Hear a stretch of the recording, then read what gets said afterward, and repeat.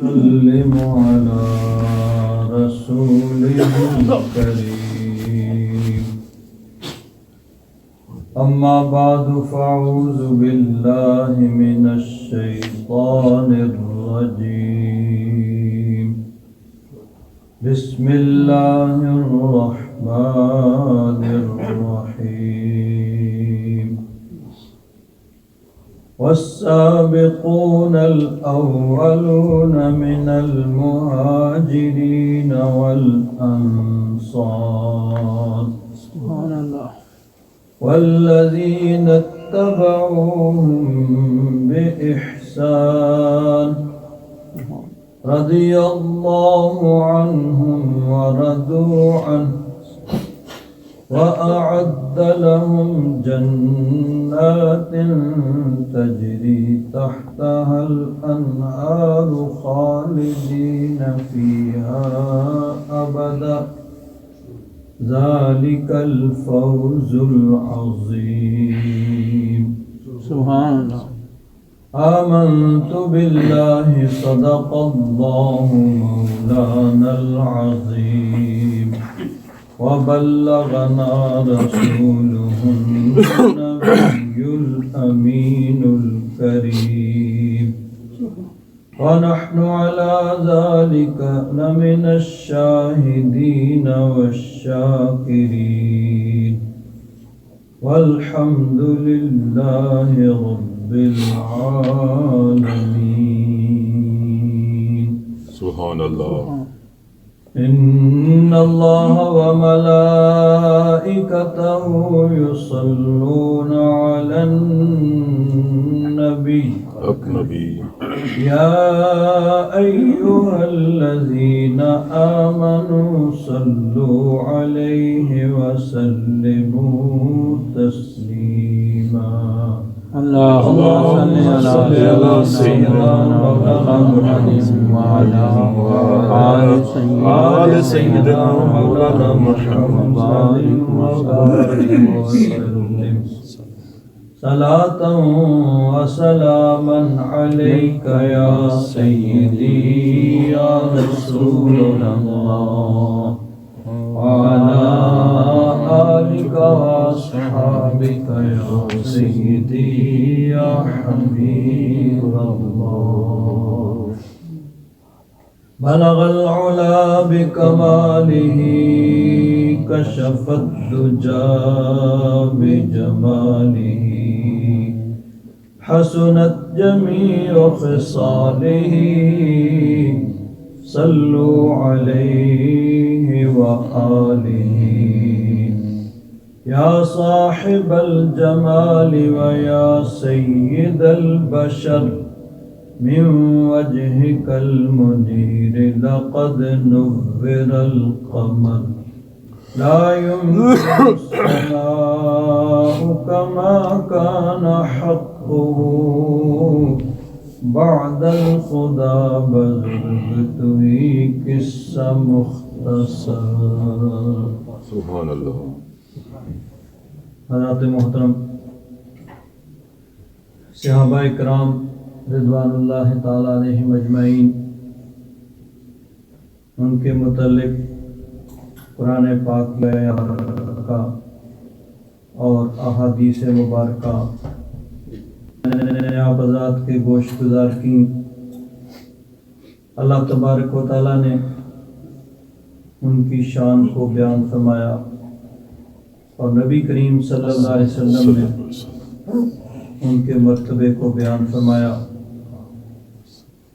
ایک حدیث پاک میں ہے، حضرت عبداللہ بن مغفل وہ ارشاد فرماتے ہیں، قال قال رسول اللہ صلی اللہ علیہ وسلم اللہ اللہ فی اصحابی اللہ اللہ فی اصحابی. حضور نے فرمایا کہ میرے صحابہ کے متعلق اللہ تبارک و تعالیٰ سے ڈرنا، یعنی ان کے متعلق کوئی بھی ایسی بات نہ کرنا جو ان کے شان کے اور مرتبے کے خلاف ہو. بے شک.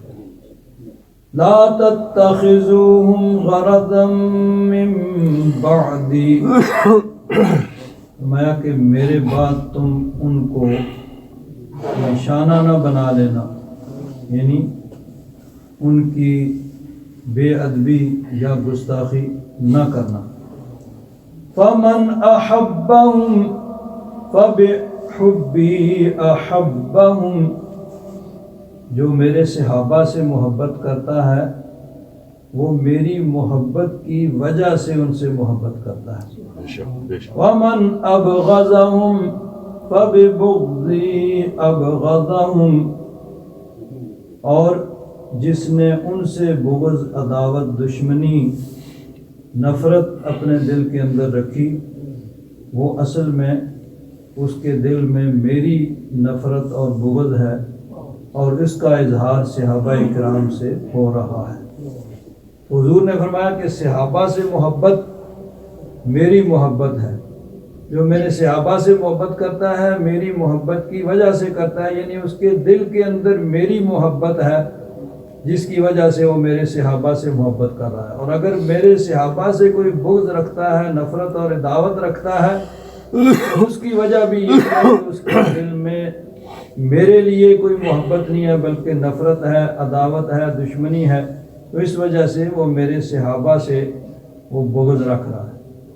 تو صحابہ اکرام رضوان اللہ تعالیٰ علیہم اجمعین، جیسا کہ میں نے گزشتہ جمعہ میں عرض کیا تھا کہ ان کو جو مرتبہ ملا حضور کی نسبت کی وجہ سے ملا۔ حضور نبی کریم صلی اللہ علیہ وسلم کے ساتھ جو ان کو نسبت ہے، جو باقی لوگوں کو، جو باقی بعد والوں کو حاصل نہیں ہے کہ حضور کی انہوں نے زیارت کی، تو اس وجہ سے ان کو یہ درجہ اور مرتبہ ملا، چاہے ان کو عبادت کا تھوڑا ہی موقع ملا ہو اور بعد میں آنے والا اس سے بہت زیادہ عبادت کرے، لیکن اس درجے اور مرتبے کو کسی صورت نہیں پا سکتا کہ جو ان کو حضور کے ساتھ نسبت ہے وہ اب کسی دوسرے کو حاصل نہیں ہو سکتی۔ تو صحابہ اکرام کی محبت حضور کی محبت کی وجہ سے ہے۔ اسی طرح اہل بیت اطہار کی محبت یہ بھی حضور کی محبت کی وجہ سے ہے کہ جو حضور کی اہل بیت سے محبت کرتا ہے وہ اصل میں حضور سے محبت کرتا ہے اور حضور کی محبت کی وجہ سے ان سے محبت کرتا ہے، اور اگر کوئی ان سے نفرت رکھتا ہے تو اس کی بھی وجہ یہ ہے کہ حضور کی نفرت اس کے دل کے اندر ہے جس کا اظہار اس طرح ہو رہا ہے۔ تو حضور نے فرمایا کہ میرے صحابہ کی محبت میری محبت کی وجہ سے ہے اور ان کا بغض میرے بغض کی وجہ سے۔ وَمَنْ آذَاهُمْ فَقَدْ آذَانِي، جس نے میرے صحابہ کو اذیت دی، تکلیف پہنچائی، اس نے مجھے تکلیف دی۔ وَمَنْ آذَانِي فَقَدْ آذَى اللَّهُ، اور جس نے مجھے تکلیف دی اس نے میرے رب کو تکلیف دی۔ تو اب بات یہ بنی کہ صحابہ کرام کو تکلیف پہنچانا حضور کو تکلیف پہنچانا ہے، اور حضور کو تکلیف پہنچانا رب کو تکلیف پہنچانا ہے، کہ حضور رب کے محبوب ہیں، بے شک رب کے طالب و مطلوب ہیں، تو جو حضور کو اذیت پہنچاتا ہے، حضور کو تکلیف پہنچاتا ہے، وہ رب ذوالجلال کو اذیت دے رہا ہے۔ وَمَنْ آذَى اللَّهَ فَيُوشِكُ أَنْ يَأْخُذَهُ، اور جو رب کو اذیت پہنچائے گا پھر رب اس کو پکڑے گا، اس کو مبتلا عذاب کرے گا۔ تو صحابہ اکرام رضوان اللہ تعالیٰ علیہم اجمعین کے متعلق نبی کریم صلی اللہ علیہ وسلم نے خبردار کیا کہ میرے صحابہ کے متعلق کوئی ہلکا کلمہ نہیں کہنا ہے، ہو سکے تو اچھی بات ہی ان کے متعلق کہنا ہے۔ اسی لیے دیکھیے بزرگوں نے صحابہ اکرام رضوان اللہ تعالیٰ علیہم اجمعین ان تمام مراتب کے باوجود بہرحال انسان تھے، اور انسان کے اندر خامیاں ہوتی ہیں، ممکن ہے کوئی ہو جائے، اللہ تبارک و تعالیٰ نے اپنے فضل و کرم سے ان کو محفوظ رکھا، لیکن ممکن ہے کہ ان سے بھی کوئی غلطی ہو جائے۔ ہر عیب سے پاک اللہ تبارک و تعالیٰ کی ذات ہے، اور اللہ تبارک و تعالیٰ نے اپنے محبوب کو بے عیب پیدا فرمایا ہے کہ کانک خلقت مبرأ من کل عیب کانک قد خلقت کما تشاء. تو رب ذوالجلال کی بے عیب ذات نے اپنے محبوب کو بے عیب پیدا فرمایا. اس کے بعد جو باقی ہیں ان سے بہرحال ممکن ہے. لیکن پوری امت کا اس بات پہ اجماع ہے کہ صحابہ کرام کے متعلق اگر کوئی ایسی بات تمہیں نظر آئے تو وہاں اپنی زبان کو بند رکھو، ان کے متعلق کوئی بات نہ. حتیٰ کہ صحابہ کرام رضوان اللہ تعالیٰ علیہم اجمعین کی جو آپس میں لڑائیاں بھی ہوئیں ان کے متعلق بھی تمام امت کا اس بات پہ اتفاق ہے کہ اس کے بارے میں تم اپنی زبانوں کو بند رکھو. حضرت علی، حضرت امیر معاویہ، ان کی آپس میں لڑائیاں ہوئیں، اور اس میں جہاں تک اس بات کا تعلق ہے اس بات پر اہل سنت و جماعت کا اتفاق ہے کہ حضرت علی حق پر تھے اور حضرت امیر معاویہ وہ غلطی پر تھے، لیکن ان کی غلطی اجتہادی غلطی تھی. اس وجہ سے ان پر کوئی طعن و تشنیع نہیں ہو سکتی، کسی قسم کا اعتراض نہیں ہو سکتا. عافیت اسی بات میں ہے کہ اس بارے میں اپنی زبان کو بند رکھا جائے. چنانچہ دیکھیے نبی کریم صلی اللہ علیہ وسلم نے ارشاد فرمایا، حضرت فاروق اعظم رضی اللہ تعالیٰ عنہ بھی ہیں، قال سمعت رسول اللہ صلی اللہ تعالیٰ علیہ وعلا آلہ واصحابہ وبارک وسلم یقول سألت ربی عن اختلاف اصحابی من بعدی. نبی کریم صلی اللہ علیہ وسلم نے فرمایا کہ میں نے اپنے رب کی بارگاہ میں عرض کیا کہ یا رب ذوالجلال میرے بعد میرے صحابہ میں اختلاف نہ ہو. یہ میں نے اپنے رب سے عرض کیا. اب نبی کریم صلی اللہ علیہ وسلم اللہ تبارک و تعالیٰ کی بارگاہ میں دعا مانگتے ہیں. نبی کریم صلی اللہ علیہ وسلم اپنے درجے، اپنے مرتبے، اپنی شان کے مطابق، لیکن ایک ہے حکمت خداوندی. حکمت خداوندی جو ہوتی ہے، اب نبی کریم صلی اللہ علیہ وسلم کی خواہش تو یہ تھی کہ سارے لوگ فوراً کلمہ پڑھ لیں، کوئی کافر نہ رہے، کوئی جہنم میں نہ جائے، سب کے سب مسلمان ہو جائیں. اور حضور راتوں کو رب کی بارگاہ میں ان کے لیے دعا کرتے جو پتھر مارتے تھے، جو کانٹے برساتے تھے، جو کانٹے پھیلاتے تھے رستوں میں، ان کے لیے اٹھ اٹھ کے ان کی ہدایت کے لیے دعائیں مانگتے تھے. لیکن اللہ تعالیٰ کی حکمت یہ تھی کہ ہدایت اسی کو ملے جس کے دل میں تڑپ ہو، جو ہدایت حاصل کرنا چاہتا ہو، جو ہدایت کا طالب ہو. تو اب نبی کریم صلی اللہ علیہ وسلم کی خواہش تو یہ تھی کہ سب لوگ مسلمان ہو جائیں، لیکن حکمت خداوندی کچھ اور تھی. تو اسی طرح حضور کی خواہش یہ تھی کہ میرے بعد میرے صحابہ اسی طرح شیر و شکر رہیں، جس طرح اب ہیں، آپس میں سب محبت کے ساتھ رہیں. لیکن اللہ تبارک و تعالیٰ کی حکمت کچھ اور تھی. تو حضور اللہ تعالیٰ کی بارگاہ میں عرض کرتے ہیں کہ یا رب ذوالجلال میرے بعد میرے صحابہ میں اختلاف نہ ہو. فَأَوْحَى إِلَيَّ، تو حضور نے فرمایا کہ اللہ تعالیٰ نے مجھے میری طرف وحی کی، یا محمد ان اصحابک عندی بمنزلۃ النجوم فی السماء. اللہ تعالیٰ نے فرمایا کہ میرے محبوب، میرے آپ کے صحابہ میرے نزدیک ان کا درجہ مرتبہ ایسے ہے جیسے آسمان میں ستارے چمک رہے ہیں. تو یہ آپ کے صحابہ آسمان ہدایت کے ستارے ہیں. بعضها اقوى من بعض، بعض ستارے دوسرے سے زیادہ قوی ہوتے ہیں، زیادہ روشن ہوتے ہیں. اسی طرح آپ کے صحابہ کی بعض کی شان بعض سے بڑھ کے ہے. وَلِكُلٍّ نُّورٌ، سبحان اللہ. لیکن جس طرح سب ستارے روشن ہیں اسی طرح آپ کے سارے صحابہ بھی وہ مینارہ نور ہیں اور ہدایت کے ستارے ہیں. ٹھیک ہے بعض کی روشنی بعض سے زیادہ ہے، بعض کا درجہ اور مرتبہ بعض سے زیادہ ہے، لیکن ہیں سب کے سب ہدایت کے ستارے. فَمَنْ أَخَذَ بِشَيْءٍ مِّمَّا هُمْ عَلَيْهِ مِنْ اخْتِلَافِهِمْ فَهُوَ عِنْدِي عَلَى هُدَىٰ. تو اللہ تعالیٰ نے فرمایا کہ میرے محبوب آپ کے صحابہ ہدایت کے ستارے ہیں، اور وہ میرے نزدیک ایسے ہی ہیں جیسے آسمان پہ ستارے چمک رہے ہیں۔ تو جس بات میں ان کا اختلاف ہوگا، جو بھی جس صحابی کا دامن پکڑ لے گا وہ ہدایت پر ہی ہوگا۔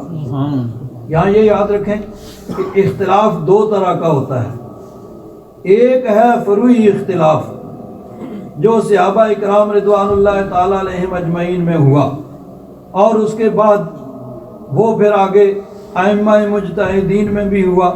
مثلا امام کے پیچھے جب نماز پڑھ رہے ہیں فاتحہ پڑھنی ہے کہ نہیں پڑھنی، فاتحہ خلف الامام، صحابہ اکرام میں اختلاف تھا، دلائل مختلف ہیں، بعض صحابہ اکرام کہتے تھے پڑھو، بعض کہتے تھے نہیں پڑھنے کی ضرورت نہیں ہے، امام جو پڑھ رہا ہے وہ کافی ہے۔ اسی طرح اب نماز میں کھڑے ہونا ہے تو نماز میں قیام کی حالت میں کس طرح کھڑے ہونا ہے، پاؤں میں کتنا فاصلہ ہوگا، یہ بھی صحابہ اکرام میں اختلاف تھا۔ اسی طرح آگے ائمہ مجتہدین میں اختلاف ہوا، نماز میں ہاتھ سینے پہ باندھنے ہیں، ناف کے نیچے باندھنے ہیں یا چھوڑ دینے، صحابہ اکرام میں اختلاف ہوا۔ اسی طرح اب آگے ائمہ مجتہدین میں اختلاف ہے۔ امام جب غیر المغضوب علیہم ولا الضالین کہے، آمین سب نے کہنی ہے، سنت ہے، سنت مؤکدہ ہے، لیکن اونچی آواز سے کہنی ہے یا آہستہ کہنی ہے، صحابہ اکرام میں اختلاف ہوا، دلائل مختلف تھے۔ اب آگے ائمہ مجتہدین میں بھی اختلاف ہوا، بعض امام کہتے ہیں آہستہ کہو، بعض کہتے ہیں اونچی آواز سے کہو۔ تو یہ ہیں فروعی اختلاف، یہ صحابہ اکرام میں ہوا۔ تو حضور نے فرمایا کہ جس کے پیچھے لگ جاؤ گے ہدایت پا جاؤ گے۔ بے شک بے شک۔ ہماری جو فقہ حنفی ہے یہ حضرت عبداللہ بن مسعود رضی اللہ تعالیٰ عنہ کے اجتہاد پہ مشتمل ہے۔ بہت زیادہ حصہ اس کا جو 80% 90% حضرت عبداللہ بن مسعود رضی اللہ تعالیٰ عنہ کا اجتہاد ہے کہ انہوں نے جو قرآن و حدیث کا مفہوم سمجھا، آگے پھر ان کے شاگردوں سے چلتا چلتا حضرت امام اعظم تک پہنچا۔ باقی صحابہ اکرام ان کے جو اجتہاد تھے، دیگر ائمہ حضرت امام مالک، حضرت امام شافعی، حضرت امام احمد بن حنبل جو ائمہ اہل سنت ہیں، انہوں نے دیگر صحابہ اکرام کے جو اجتہاد تھے ان پہ عمل کیا۔ تو حضور نے فرمایا فَبِأَيِّهِمْ فَهُوَ عِنْدِي عَلَىٰ هُدًى کہ جو جس صحابی کے پیچھے لگ جائے گا وہ ہدایت پر ہی ہوگا۔ بے شک۔ اور اس میں یہ بھی یاد رکھیں کہ ائمہ مجتہدین کا، سارے ائمہ مجتہدین کا یہ فیصلہ ہے کہ یہ جو فقہی اختلافات ہیں اس میں یہ ہے کہ جو ہمارا نقطہ نظر ہے وہ درست ہے اور دوسروں کا جو ہے وہ درست نہیں ہے، لیکن ممکن ہے کہ وہ درست ہو اور یہ غلط ہو۔ بے شک۔ یعنی یہ سارے امام یہ کہتے ہیں کہ ہم نے جو اجتہاد کیا ہے ہمارے خیال کے مطابق یہ درست ہے اور دوسرے کا اجتہاد جو ہے وہ غلطی پہ مبنی ہے، لیکن ممکن ہے کہ ان کا اجتہاد درست ہو، ہمارا غلط ہو۔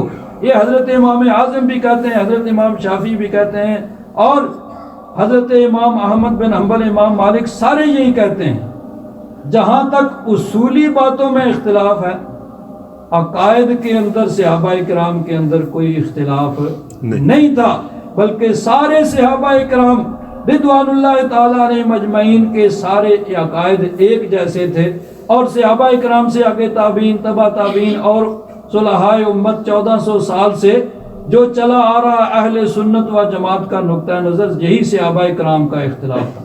ہاں جو اختلاف ہوا وہ صرف امارت اور خلافت پہ ہوا، اور اس بارے میں اہل سنت و جماعت کا نقطہ نظر یہی ہے کہ حق حضرت علی کے ساتھ تھا، امام برحق حضرت علی تھے، اور حضرت امیر معاویہ ان کو غلطی لگی تھی، لیکن ان کی غلطی اجتہادی غلطی تھی، جن کی وجہ سے ان پہ کوئی کسی کو حق نہیں پہنچتا کہ تان و تشنیع کرے یا ان کے خلاف بات کرے، اور خاص طور پر اس وجہ سے بھی کہ پھر حضرت امام اعظم حضرت امام حسن مجتبی رضی اللہ تعالیٰ عنہ انہوں نے جب خلافت حضرت امیر معاویہ کے سپرد کر دی تو اس کے بعد وہ امام برحق ہو گئے۔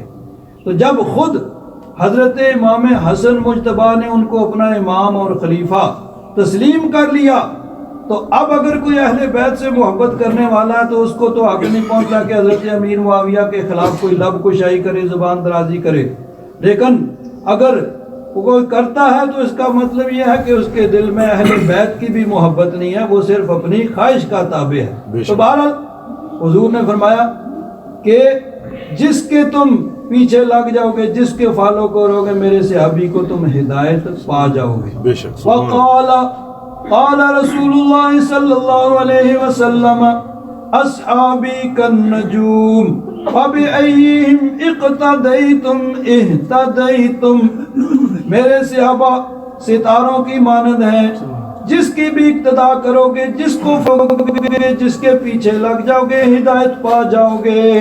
بے شک تو صحابہ اکرام رضوان اللہ تعالی علیہم اجمعین میں فقہی اختلاف ہوا، اسی اختلاف پہ آگے فقہا کا جو فقہی اختلاف ہے، حضرت امام اعظم ابو حنیفہ، حضرت امام مالک، حضرت امام شافعی، حضرت امام احمد بن حنبل، وہ صحابہ اکرام کے جو فقہی اور اجتہادی اختلافات تھے اسی وجہ سے ہوا، لیکن حضور نے فرمایا کہ جس کو بھی فالو کرو گے، جس کے پیچھے لگ جاؤ گے، ہدایت پا جاؤ گے۔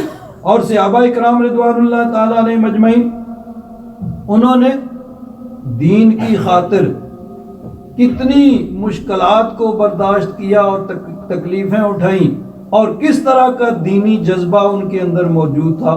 احادیث کی کتابیں بڑی پڑھی ہیں کہ صحابہ اکرام کے اندر دین کا جذبہ، اور دین کی خاطر اگر کوئی مشکل، کوئی تکلیف، کوئی مصیبت، کوئی پریشانی آئے تو خندہ پیشانی سے اس کو سینے سے لگانا۔ حضرت ابو ذر غفاری رضی اللہ تعالیٰ عنہ، صحابہ اکرام میں بھی ان کا درجہ اور مرتبہ بہت بلند ہے، اور صحابہ اکرام میں جو تارک دنیا تھے، دنیا سے کوئی غرض نہ رکھی، وہ حضرت ابو ذر غفاری رضی اللہ تعالیٰ عنہ، ان کا درجہ بڑا مرتبہ۔ تو جب ان کو معلوم ہوا کہ نبی کریم صلی اللہ علیہ وسلم نے اعلان نبوت فرمایا، مکہ سے دور ان کا علاقہ تھا، غفار ان کے قبیلے کا نام تھا، اسی نسبت سے ان کو غفاری کہا جاتا ہے، اور یہ علاقہ مکہ سے ملک شام کو جائے تو رستے میں پڑتا تھا، جو رستہ مکہ سے ملک شام کی طرف جاتا تھا اس رستے پہ ان کا قبیلہ آباد تھا۔ ان کو جب معلوم ہوا کہ حضور نے اعلان نبوت فرمایا ہے تو دل کے اندر ہدایت کی تڑپ تو پہلے ہی موجود تھی، ہدایت کے طالب تھے۔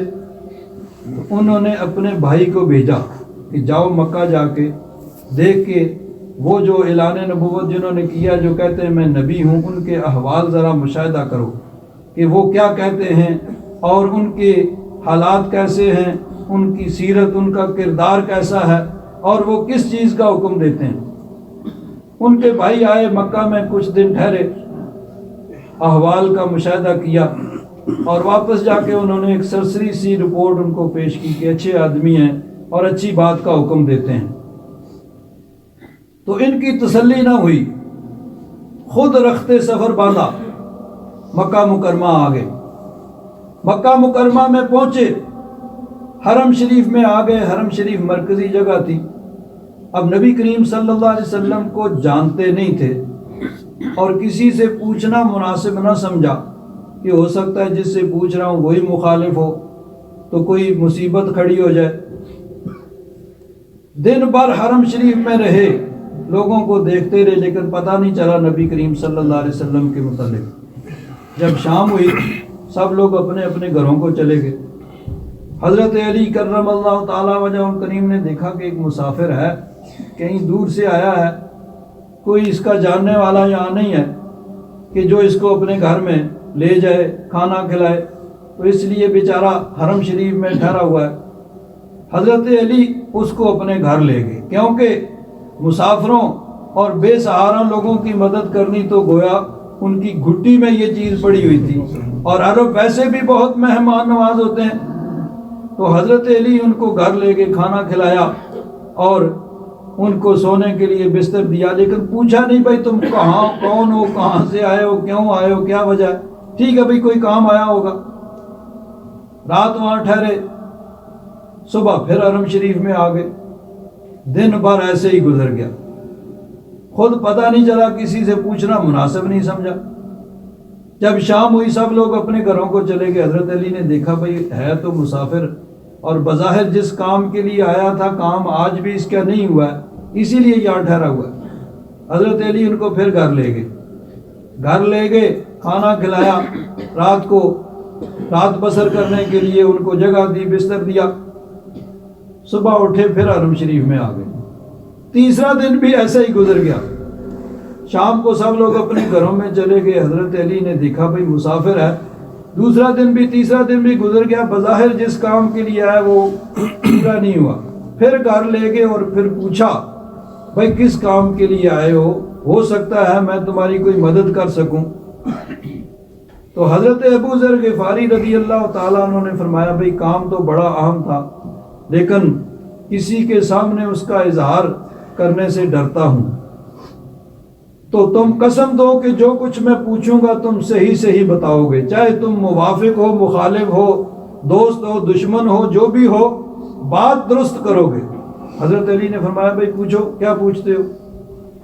حضرت ابو ذر غفاری نے کہا بھئی میں آیا ہوں اس لیے کہ مجھے پتہ چلا ہے کہ یہاں کسی نے اعلان نبوت کیا ہے، کوئی یہ کہتا ہے کہ میں نبی ہوں، تو میں ان کو دیکھنے کے لیے، ان کے احوال کو مشاہدہ کرنے کے لیے آیا ہوں۔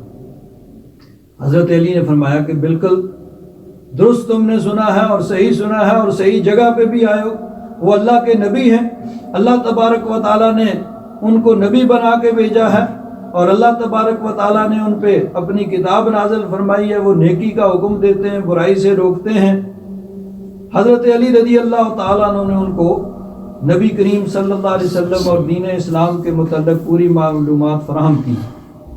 طے یہ پایا کہ صبح حضور کی بارگاہ میں حاضر ہوں گے، لیکن بتایا کہ مکہ میں مخالفت زوروں پہ ہے، تو تم میرے ساتھ چلنا، اگر میں کوئی خطرہ محسوس کروں تو میں رک جاؤں گا، کسی کام میں ویسے لگ جاؤں گا، تم چلتے جانا، تم نہیں رکنا، تاکہ کسی کو یہ محسوس نہ ہو کہ تم میرے ساتھ ہو۔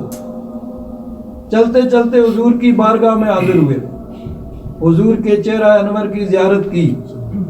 اب حضور نبی کریم صلی اللہ علیہ وسلم کا چہرہ انور اگر کوئی تعصب سے پاک ہو کے، دل سے ضد اور ہٹ درمی کو نکال کے حضور کی بارگاہ میں آتا تھا، تو اس کا دل گواہی دیتا تھا کہ یہ اللہ کے رسول، سبحان اللہ، کچھ کہنے سننے کی بات کی حاجت ہی نہیں پڑتی تھی، ضرورت نہیں پڑتی تھی۔ حضرت عبداللہ بن سلام یہودیوں کے بہت بڑے عالم تھے اور مناظرہ کرنے کے لیے آئے، لیکن حضور کے چہرہ انور کو دیکھا، ضد اور ہٹ درمی سے ہٹ کے اس کو نکال کے دیکھا، تو فوراً پکار اٹھے واللہ ما ھذا وجہ الکاذب، اللہ کی قسم یہ کسی جھوٹے کا چہرہ ہو ہی نہیں سکتا۔ سبحان اللہ، تو وہاں کسی کو تبلیغ کی ضرورت نہیں پڑتی تھی اگر ضد اور ہٹ درمی نہ ہو۔ بے شک، حضرت ابو ذر غفاری فوراً مسلمان ہو گئے۔ بے شک، اب نبی کریم صلی اللہ علیہ وسلم نے فرمایا بھئی ایسے ہے، آج مخالفت بہت ہے، لوگ مخالف ہیں، ہر مسلمان کو تکلیفیں پہنچائی جا رہی ہیں، تو تم یہاں پہ اپنے اسلام کا اظہار نہ کرو، ٹھیک ہے تم مسلمان ہیں، تمہارا اسلام اللہ کی بارگاہ میں مقبول ہے، تم اپنے قبیلے میں چلے جاؤ، اور یہاں پہ اپنا اسلام جو ہے اس کو ظاہر نہ کرو، لوگ تمہیں تکلیفیں پہنچائیں گے، تو تم اپنے قبیلے میں چلے جاؤ، جب ہمارا غلبہ ہو جائے پھر تم واپس آ جاؤ۔ سبحان اللہ، اب حالات کیا ہیں مکہ میں کہ اسلام قبول کرنا گویا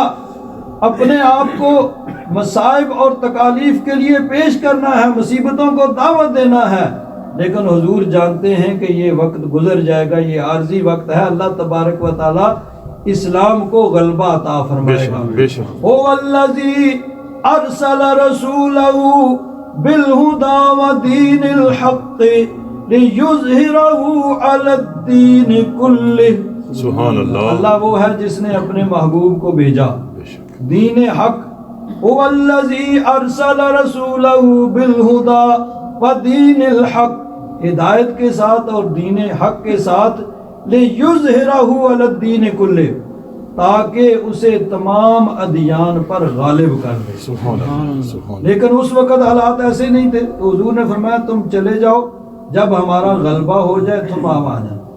لیکن حضرت ابو ذر غفاری رضی اللہ تعالیٰ عنہ ایک ملاقات ہوئی ہے، ایک دفعہ زیارت ہوئی ہے، لیکن جذبہ دل کے اندر وہ پیدا ہو گیا. عرض کیا حضور تو میں تو ان سب کفار کے درمیان میں جا کے چیخ کے کلمہ شہادت پڑھوں گا. سبحان اللہ. چلے گئے حرم شریف میں، بلند آواز سے اشہد ان لا الہ الا اللہ و اشہد ان محمدا عبدہ و رسولہ. سبحان اللہ. بلند آواز سے کلمہ شہادت پڑھتے ہیں.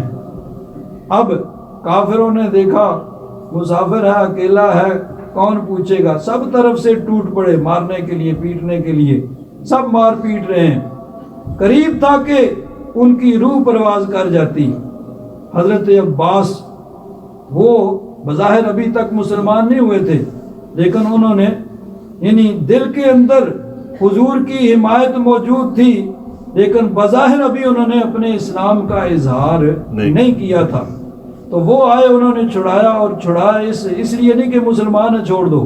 کہا بھئی دیکھو یہ قبیلہ غفار سے تعلق رکھتا ہے، اگر یہ مر گیا تو اس کے قبیلے کے لوگ تمہارا شام کا رستہ بند کر دیں گے، وہاں سے تم گزرنے نہیں پاؤ گے، ساری تجارت بند ہو جائے گی اور اسی تجارت پہ تمہارا گزر بسر ہے. جب انہوں نے سنا تو چھوڑ دیا. اب دوسرا دن ہوا، جانتے ہیں کہ کیا ہوا تھا، لیکن اندر ایک جذبہ ہے دین کا. پھر جا کے کافروں کے سامنے پھر اسی طرح کلمہ پڑھتے ہیں، پھر کافر مارنے کے لیے ٹوٹ پڑتے ہیں. پھر حضرت عباس اسی بات کا آ کے ان کو کہہ کے چھڑاتے ہیں. تو دین کا جذبہ، ایک ملاقات ہوئی ہے، ایک دفعہ زیارت ہوئی ہے نبی کریم صلی اللہ علیہ وسلم کی، لیکن دین کا جذبہ وہ آ گیا کہ اس کے لیے ہر مصیبت کو گلے لگانے کے لیے تیار ہو گئے. تو یہ صحابہ کرام رضوان اللہ تعالیٰ علیہم اجمعین ہیں کہ جن کے دلوں کے اندر دین کا یہ جذبہ تھا کہ دین پہ عمل کرنے کے لیے اگر کوئی تکلیف آتی ہے، کوئی مصیبت آتی ہے تو اس کو خندہ پیشانی کے ساتھ برداشت کرتے تھے. اللہ تبارک و تعالیٰ ان کے فیوز و برکات سے ہم سب کو مالا مال فرمائے. وآخر دعوانا الحمدللہ رب العالمین.